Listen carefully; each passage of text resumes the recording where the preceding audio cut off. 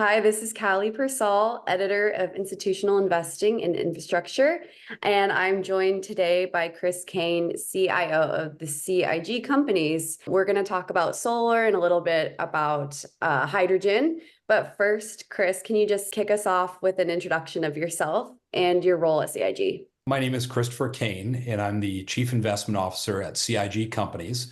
CIG Companies is a holding company that has three main platforms: CIG Renewables, or CIG Renewables. That encapsulates most of our renewables pursuits. We have a US-based panel manufacturer called CIG Solar Manufacturing, or CSM. And then our final portfolio company is a series of traditional commercial real estate ventures.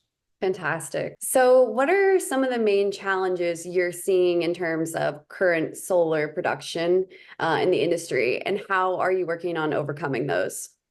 Solar production really across the industry has a number of bottlenecks, specifically with entitlement, being able to make sure that you have the land entitled in a way that you can actually go ahead and obtain loans and make sure that you can get all the farmers and all the current stakeholders made happy and whole. The next thing is really connecting your field to the larger grid. So there's a series of infrastructure that you need to build and procure, and the U.S. Kind of backbone that makes that. So manufacturing and material suppliers are running still at several months behind. So there's a lot of people looking to connect their fields to the grid. And that's really been a major challenge that we've faced. So we're lucky that we have a lot of vertical integration, and we're able to really solve those problems by either thinking ahead long periods of time, placing enormous capital bets, or really working creatively to insource as much of that as possible. Do you mind talking a little bit about some of the opportunities you're seeing in the solar industry? Yeah, absolutely.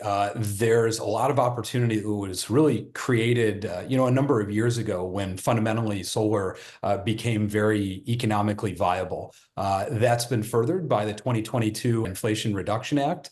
So that just made all the economic kind of side of the equation that much better.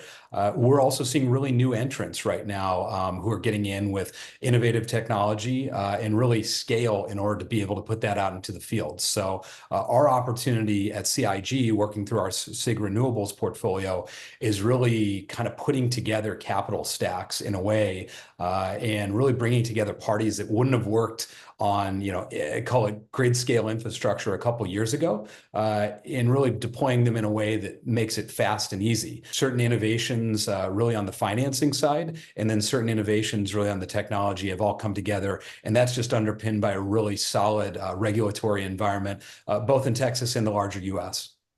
Great. Thank you for sharing that. So I understand CIG Renewables also has a green hydrogen component. What are some of the key considerations for selecting locations for hydrogen production facilities?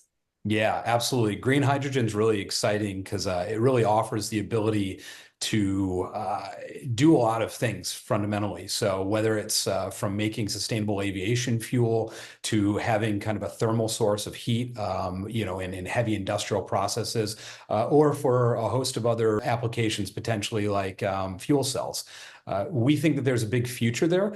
Siting of those locations is largely dependent on where your offtake is going. You should, in theory, be as close to the ultimate user as possible. And so we're really looking at very heavy production or heavy electricity dependent users of that energy. And I think that right now sourcing is really supposed to be as close to them as possible. So where can I get pipelines to put our hydrogen into? Where can I basically sell those to off-takers as quickly as possible? That's really been a key siting. Also, there's a lot of regulatory constraints about where you can put a hydrogen plant. Fundamentally, hydrogen is flammable, and so we want to be sensitive to the local communities and then also those users to make sure that we're doing it in a safe manner. So there's a series of kind of regulatory frameworks that only exist in a couple states and locations right now. So we're gravitating towards those areas. Great. Well, thank you so much. Is there anything else that you wanted to add about either solar or hydrogen production, anything future facing or any other trends you're seeing, anything we forgot? Well, I don't think it's anything that you forgot, but I think just constantly telling people about kind of the linkage between what we're doing and simple things about using ChatGPT and AI is all underpinned fundamentally by huge energy spends in a lot of the products that we use every day and really focusing on decarbonization. We need these new technologies. I think that people have a tendency to believe in the larger public that a lot of what we're doing on the energy side is really kind of remote from them and that it's some distant operating plant or energy plant.